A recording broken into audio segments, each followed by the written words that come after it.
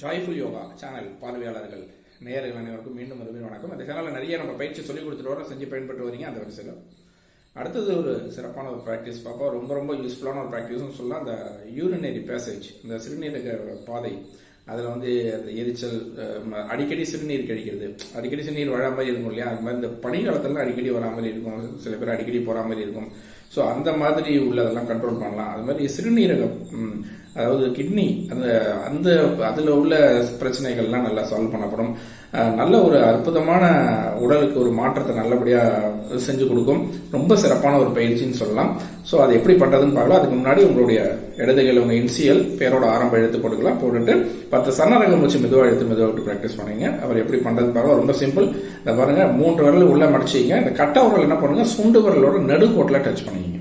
சரிங்களா?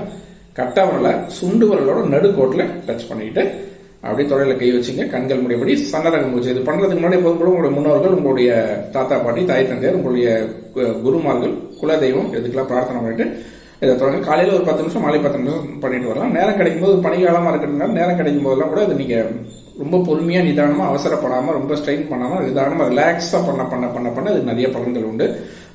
இந்த நீர் குத்தல் அப்படின்னு சொல்லுவாங்களா, அது சிறுநீரக எரிச்சல், யூரின் போற இடத்துல எரிச்சல், இதெல்லாம் கூட நிறைய கண்ட்ரோல் பண்ணப்படும். அதனால இந்த பிராக்டிஸ் ரெகுலரா பண்ணீங்கன்னா சிறுநீரக கோளாறு, சிறுநீரக கிட்னி ப்ராப்ளம் நிறைய சால்வ் பண்ணப்படும். ஸோ ரெகுலரா பண்ணுங்க. உங்கள் உடலையும் உங்களையும் சிறப்பாக வைத்துக் கொள்ளுங்க. நன்றி.